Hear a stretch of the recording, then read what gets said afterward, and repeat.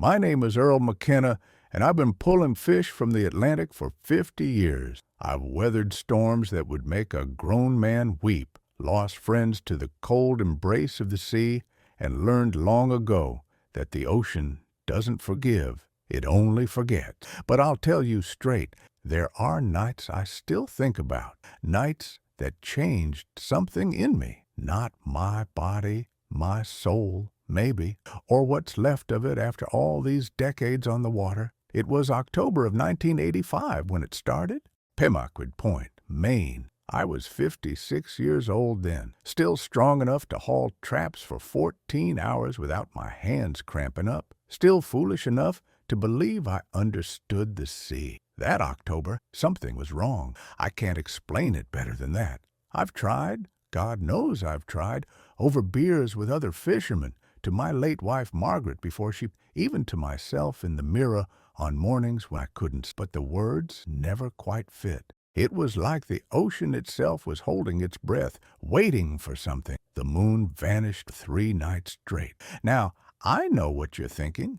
The moon doesn't just vanish. Clouds, you'll say, weather moving in, but there were no clouds. The sky was clear as glass, so clear you could see it usually high behind the light pollution of the town. Every star, it was like someone had taken an eraser and scrubbed it clean. I mentioned it to Tom Hargrove down at the dock. Tom's been fishing longer than I have, worked the boats since he was knee-high to a lobster trap. He just shook his head and looked out at the water like it had insulted him. Happens sometimes, he said. Lunar eclipse, maybe?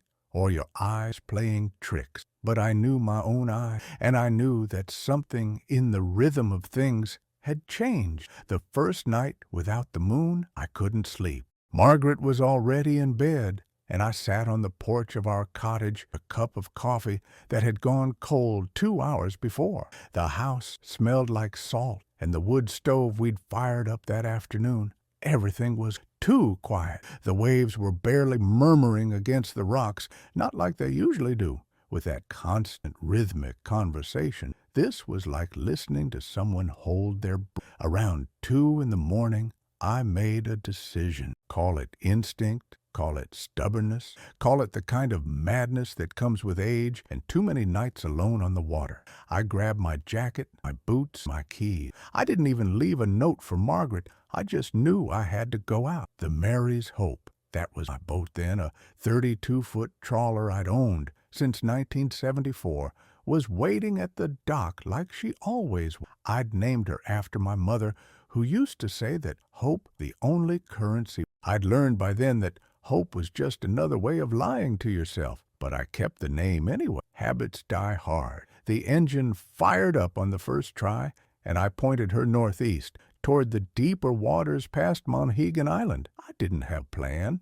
I wasn't fishing. I was just following something, a pull, a feeling in my chest that said, go, go. The water was like glass, black glass with starlight sitting on top of it like scratches. I could see my wake behind me, phosphor, the way it gets sometimes when the water's warm and full of light. But this was October. The water should have been cold, dark, empty. I cut the engine about 3 miles out and just drifted, let the boat rock with the small swell. The stars were so bright out, away from the shore, that I could almost read by, and the silence. Lord, the silence was so complete, it felt like a weight on my chest. At first, I thought it was reflection, starlight bouncing off the water in a strange way, the kind of trick the ocean plays when you're tired and your mind's already halfway to dreaming. But it kept growing, spreading across the water like someone was pouring luminescent paint across the surface. Faint, verdant glow, not quite green, but blue, something in between, something alive. It came from below. I've spent my whole life on the water, and I've seen a lot of strange things. I've seen whales breach close enough that I could see the barnacles on their skin. I've seen St. Elmo's fire dance on the mast during a summer storm. I've seen sunrises that looked like God had set the sky on fire, but I had never seen the ocean itself light up from within like it was breathing luminescent. I gripped the rail of my boat, my knuckles going. The rational part of my brain, the part that's kept me alive through 53 years of fishing, was screaming at me to start the engine and head back to shore. But I didn't move. I couldn't. The glow pulsed once, twice, like a heartbeat, and with each pulse it grew brighter, spreading outward in rings from some central point I couldn't see. The water around my boat turned the color of old jade, and I could see down into depths that should have been black coal, but weren't. I could see shapes moving down there, large shapes, shapes that shouldn't exist in waters I'd known my whole life. That's when I heard it, not with my ears exactly. It was more like the sound came from inside my skull, from the place behind my eyes were born, a low hum, music, almost like a voice that quite learned how. It came from the wall, from the light, from something that waking up long. I don't know how long I stood there. Minutes, hours. Time feels different on the water, and something's not right. The glow began to fade, slowly pulling back down into the depths, like a giant hand retracting into the dark. The light diminished, but it didn't disappear completely. It stayed there, barely visible, pulse, waiting. I would be back tomorrow night. I didn't want to go back. Every instant, every year of hard-won wisdom screamed at me to stay away. But I knew with absolute certainty that something's calling, and whether it was the sea itself, or my own fracturing mind, or something older than both of us, I started the Mary's Hope and headed back, the jade-colored glow fading behind. By the time I reached the dock, it was gone completely. The water was black again, ordinary, inert, like it had never happened. Margaret was awake when I got home. She was sitting in the kitchen with the lights on, just waiting. "Where were you?" she asked. Her voice was calm, but I could hear the worry underneath it, old, familiar. "Out on the water," I said. "Couldn't sleep." She nodded like that was answer enough. She'd stopped asking questions about my night expeditions years before. She knew there was something in me that the sea had marked, something that pulled me back again and again, no matter how much I tried to stay on shore. "Come to bed," she said. "Tomorrow's a new day." But it wasn't. Tomorrow was just another night, waiting for me. And the night after that, the second night, came faster than I expected. Time has a way of doing that when you're waiting for something.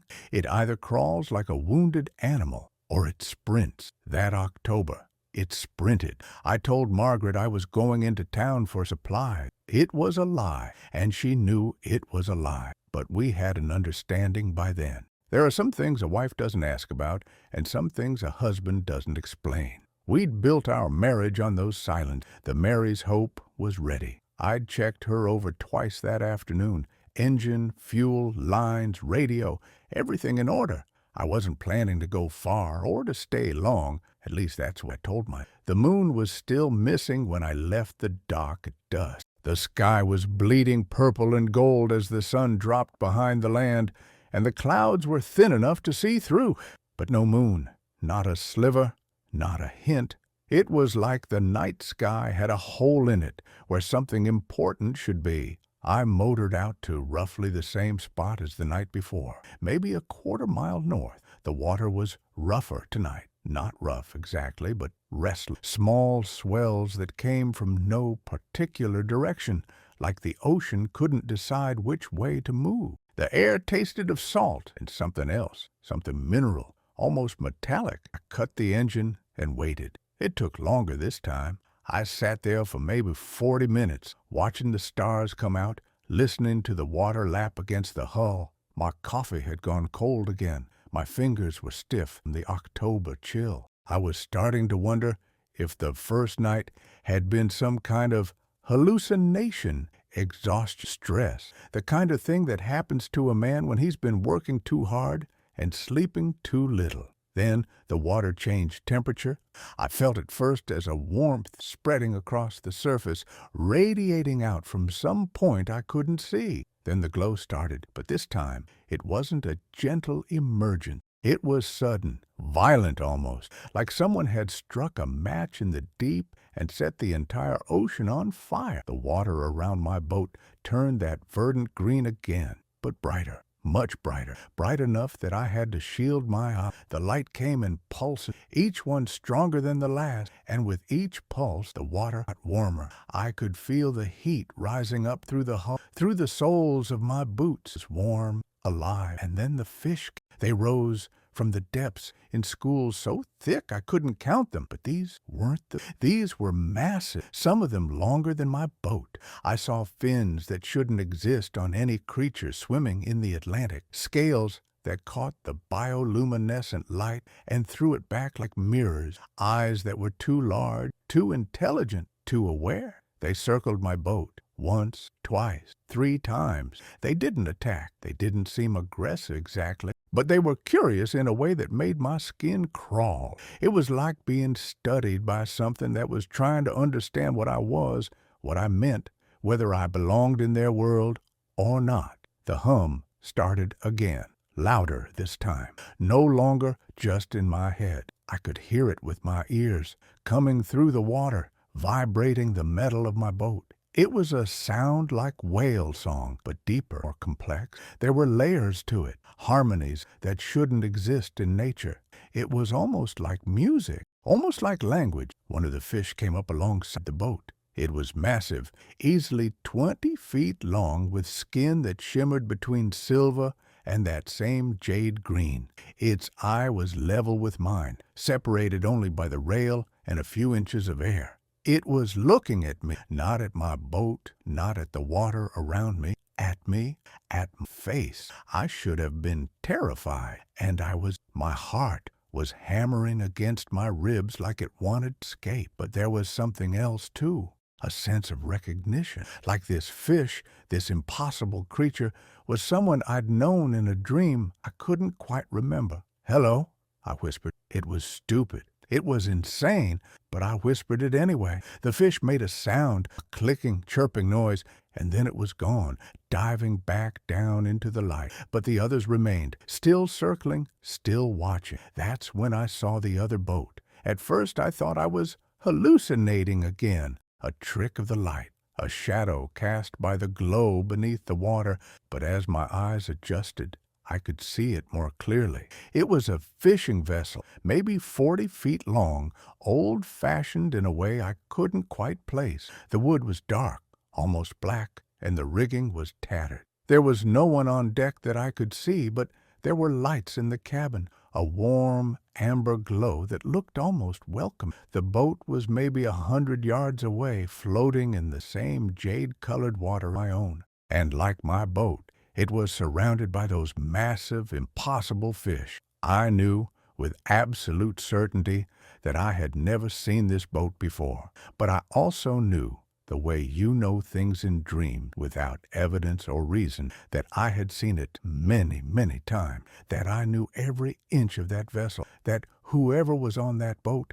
I needed to reach. I started the Mary's Hope and pointed her toward the other boat, slowly, carefully, feeling my way through the water like I was navigating in fog. The fish parted as I approached, creating a channel for me to pass through. The hum grew louder, more insistent. Now it almost sounded like words, not English, not any language I'd ever heard, but something primal and ancient. The other boat grew larger. I approached. I could see the name now painted on the hull in faded letters, the Meridian. Something in my chest twisted. I knew that name. I didn't know how. I knew it. I was maybe 30 feet away when the cabin door opened. A figure emerged onto the deck. It was a man, tall and lean, with hair that had gone white. He was wearing old-fashioned oilskins, the kind my father used to, and his face was my face, 20 years younger, maybe 20 years older. Time seemed to bend around him, the way it bends around things that don't belong to the world as it is. He raised one hand, gesture that greeting, half warning, and then he pointed down into the water. I looked down. Beneath my boat, in the luminescent green glow, I could see shapes, structures, buildings maybe, or ruins, stonework and carved patterns that spiraled down into depths I couldn't fathom. And moving through those structures, more of those massive fish, also other things, humanoid, not quite human, but not quite animal. When I looked back up at the other boat, The man was gone. The cabin door had closed, and the light was fading, pulling back down into the deep, taking the fish with it. I don't remember starting the engine. I don't remember turning the Mary's Hope around, but I must, because the next thing I knew, I was back at the dock, my hands shaking so badly I could barely tie off the lines. Margaret wasn't waiting to sleep, and I lay down beside her without undressing, without washing the salt spray. I lay there in the dark, listening to her breathe, and I wondered if I was losing my mind. But I knew, with the same terrible certainty that had pulled me to the water the night before, that I would go back, that the third night was waiting for me, that something down there in the deep thing, old, patient, something that had been waiting a very long time, expecting me to return. And I would, God help me, I would. The third night was different. Start. I could feel it in the air before I even left. Margaret didn't ask where I was going. She just watched me from the kitchen window as I walked down to the dock, and I saw something in her eyes that I'd never seen before. Not worry, not anger, like she'd known all along that this was where I was meant to go, that some things a man can't resist, no matter how much he loves the people waiting for him on shore. The moon was back. It hung low on the horizon as I left the dock, full and pale, but it was wrong. The light it cast was thin, insubstantial, like it was already fading even as I looked at it. The stars were dimmer too, crowded out by something space, a sky invisible, the ocean calm, unnaturally calm, like glass again, but this time it felt less and more like held breath, like the world itself was waiting for something to be said, some conclusion to be reached. I didn't navigate to the same spot. This time, I just let the Mary's Hope drift, and she carried me where she wanted to go. I'd learned by then that resistance was pointless. There were forces at work that were larger than my will, larger than my understanding. All I could do was surrender and see where they took me. It didn't take long, maybe 20 minutes of drifting before the glow started again. But this time, there was no gradation, no slow emergence from the depths. The water simply ignited, that jade-colored light exploding upward like a volcano of luminescence. The entire ocean around me became a beacon, visible for miles in every direction. The fish came again. Those massive, impossible creatures, they didn't circle. They formed a path, a corridor through the water that led downward into the light, and I understood what I was being asked to do. I went to the rail and looked down. The structures I'd glimpsed the night before were now fully visible, carved from stone so ancient it seemed to predate the very concept of stone.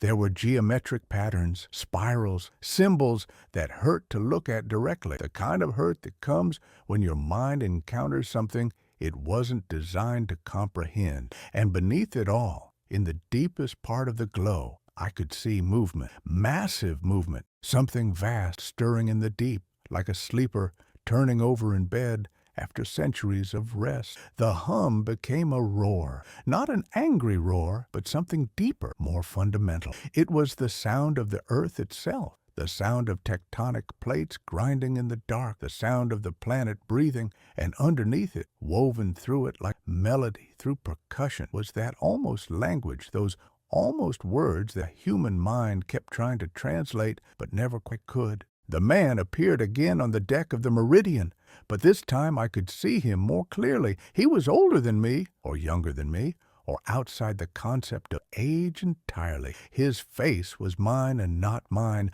familiar and utterly alien. He was pointing, not down this, but it, and then he pointed at the moon. I looked up. The moon was fading, not disappearing gradually the way it does during an eclipse, fading, photograph left in the sun too long, like a memory being erased. And as it faded, the glow in the water grew brighter, brighter, until I had to shield my eyes. When I could look again, the moon was gone, and the stars were going too, one by one, snuffed out like candles. The sky was becoming black, not the black of absolute, something final. The roar became words, not in English, not in any human language, but I understood them anyway. They came from the water, from the light, from the vast shape, moving in the deep. They came from the man on the other boat. They came from inside my own skull. We are waking. We have slept long.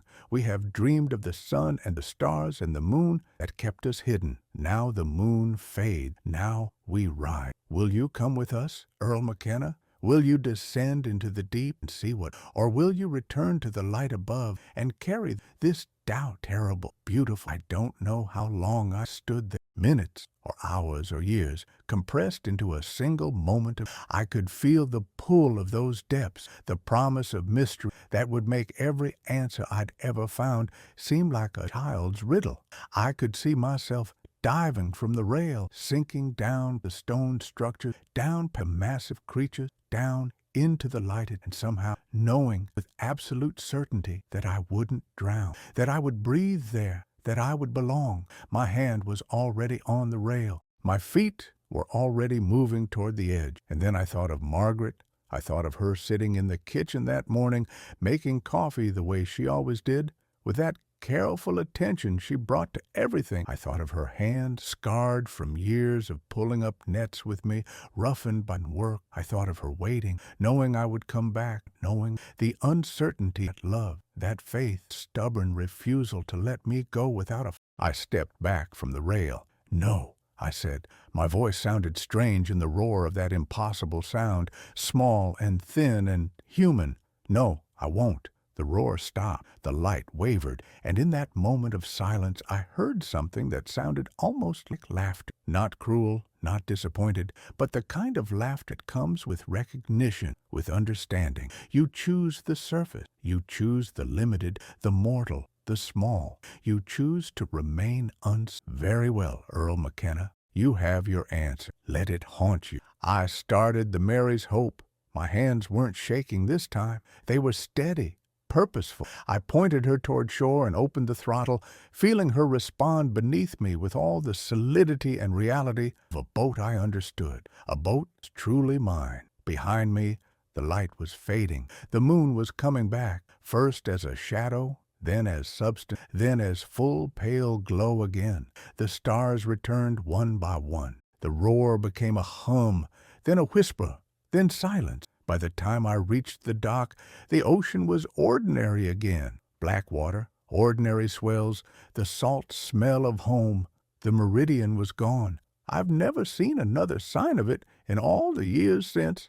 I didn't fish at night again after that, not for 3 years. When I finally did go back out after dark, it was just to remember to sit on the water and feel the pull of those depths, but not surrender to it. Margaret never asked what I'd seen. She just held my hand on those mornings when I couldn't sleep, when I was caught between the certainty that it had happened and the knowledge that no one would believe me if I told them.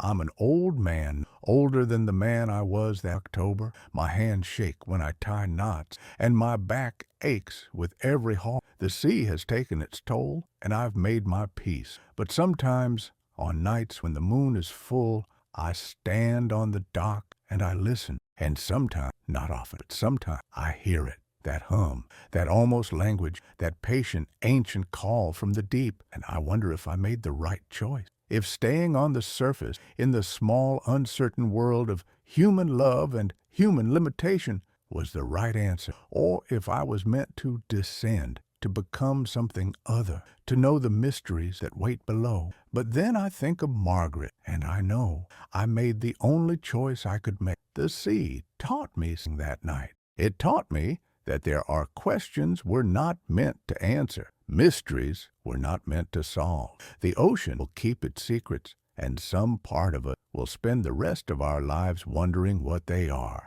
That's the price of staying human. That's the price of love. The moon rises and sets, the stars keep their distance, and the deep keeps its counsel. And I keep my silence, and I listen, and I remember, because some truths are too large for words, and some mysteries are meant to haunt us forever. That's what the sea taught me on those 3 nights without a moon. That's what I'm still learning 50 years later, as I sit on this porch with the smell of salt in my hair and the weight of all those unanswered questions in my chest. The ocean doesn't give answers. It only asks. And a man who spent his life on the water learns to live with that, to embrace it even. Because the not knowing, the uncertainty, the terrible, beautiful mystery of it all, that's what keeps us alive. That's what keeps us reaching, wondering, listening for voices in the dark. That's what the sea is, really.